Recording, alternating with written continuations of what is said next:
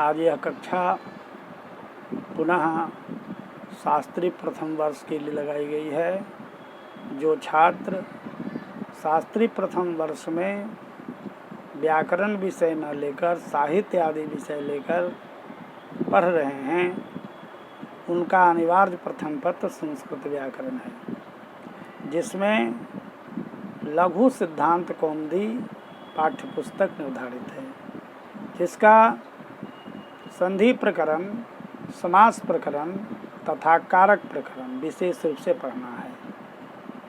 तो आज हम लोग समास प्रकरण पढ़ने के लिए उपस्थित हुए हैं। समास प्रकरण में तद्धित प्रकरण का पाठ चल रहा है। तो आज का सूत्र है, वार्तिक सूत्र है, संख्या पूर्वम रात्रम क्लीवम, अर्थात संख्या पूर्वम रात्रम क्लीवम। संख्या पूर्व में अगर हो, संख्या वाचक शब्द अगर पूर्व में हो, तब रात्रि शब्द क्लीबलिंग हो जाता है, अर्थात नपुंसक लिंग हो जाता है। यह वार्तिक सूत्र का कहना है। जैसे आज बनाना है द्विरात्रम, त्रिरात्रम इत्यादि बनाना है। ये कैसे बनेगा तो हम लोग देखें द्विरात्रम त्रिरात्रम कैसे बनता है। तो द्वयोः रात्रयोः समाहारः, द्वयोः रात्रयोः समाहारः, यह लौकिक विग्रह होगा। द्वि ओस रात्रि ओस, इस अलौकिक विग्रह की स्थिति में तद्धितार्थोत्तर पद समाहारे च, इस सूत्र से समाहार अर्थ में द्वि ओस और रात्रि ओस का समास हो जाएगा। समास हो जाने के बाद में कृतद्धित समासाश्च, इस सूत्र से दोनों की प्रातिपदिक संज्ञा हो जाएगी। और इसके बाद सुपो धातु प्रातिपदिकयोः से अवान्तर जो विभक्ति है ओस, दोनों शब्दों के अंत में लोप हो जाएगा। तब शब्द बच जाएगा द्विरात्रि, द्विरात्रि शब्द बन जाएगा। इसके बाद द्विरात्रि शब्द बन जाता है, तब यहाँ एक सूत्र है, अह सर्व एक देश पुण्या संख्यात पुण्यात रात्रे। इस सूत्र से अच प्रत्यय किया जाता है। अच प्रत्यय करने के बाद द्विरात्रि अच हो जाता है। अच का चकार हलंत्यम से इत संज्ञा करके लोप कर दिया जाता है। तो द्विरात्रि अ, और रात्रि घटक इकार जो है उसको यस्यति च, इस सूत्र से लोप कर दिया जाता है। तो द्विरात्र अ हो जाता है, त्र जाके अ से मिल जाता है, द्विरात्र बन जाता है। अब यहाँ प्रश्न उठता है कि रात्रि शब्द तो यहाँ स्त्रीलिंग है, तो स्त्री तो की विवक्षा में विभक्ति ला करके बनाना चाहिए। लेकिन यहाँ एक सूत्र है, वो कहते हैं कि नहीं, संख्या पूर्व रात्रम क्लीवम, संख्या पूर्वक जो रात्र शब्द है वो क्लीव लिंग हो जाता है। तो क्लीव लिंग हो जाएगा। तो अब क्लीव लिंग हो जाने से एक वचन की विवक्षा में, क्योंकि समाहार में जो द्वंद्व समास होता है वो एक वचन होता है, तो एक वचन की विवक्षा में सु विभक्ति ला करके द्विरात्र सु बनाएंगे और सु को अतोम सूत्र से अम आदेश कर देंगे। तो द्विरात्र अम हो जाएगा, अमी पूर्व से पूर्व कर देंगे तो द्विरात्रम बन जाएगा। इसी तरह से त्रिरात्रम बनाना होगा, तो त्रिरात्रम को तीसरी नाम रात्रि नाम समाहारः, यहाँ तीसरी नाम रात्रि नाम समाहारः अर्थात 3 रातों का समूह, समुदाय। इस अर्थ में समाहार समूह को कहते हैं। तो 3 रातों का समूह, इस अर्थ में तीसरी नाम रात्रि नाम, इस लौकिक विग्रह में हम तीसरी आम रात्रि आम अलौकिक विग्रह करते हैं।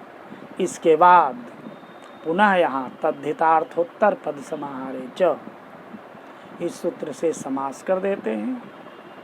समास हो जाने के बाद कृतद्धित समासाश्च से प्रातिपदिक संज्ञा होती है और सुपो धातु प्रातिपदिकयोः से आम जो विभक्ति है उसे लोप कर दिया जाता है। तो क्या बन जाता है? मूल शब्द बन जाएगा क्या बन जाएगा? तीसरी रात्रि बन जाएगा।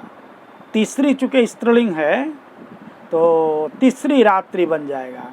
अब पुनः तीसरी रात्रि जब बन जाएगा तो इसकी कुंभद भाव हो करके त्रिरात्रि हो जाएगा। अब यहाँ पुनः संख्या पूर्व में है, इसलिए अह सर्वैक देश संख्यात पुण्याचरात्रे, इस सूत्र से अच प्रत्यय करेंगे। तो त्रिरात्रि अच, त्रिरात्रि अच हो गया। अच के चकार की हलंत्यम से संज्ञा तस्य लोप से लोप कर देंगे, अ बच जाएगा। तो त्रिरात्रि अ हो गया। इस स्थिति में यस्यति च कहता है इकार या तद्धित प्रत्यय परे में हो, तो तद्धित प्रत्यय परे में है तो हम क्या करते हैं?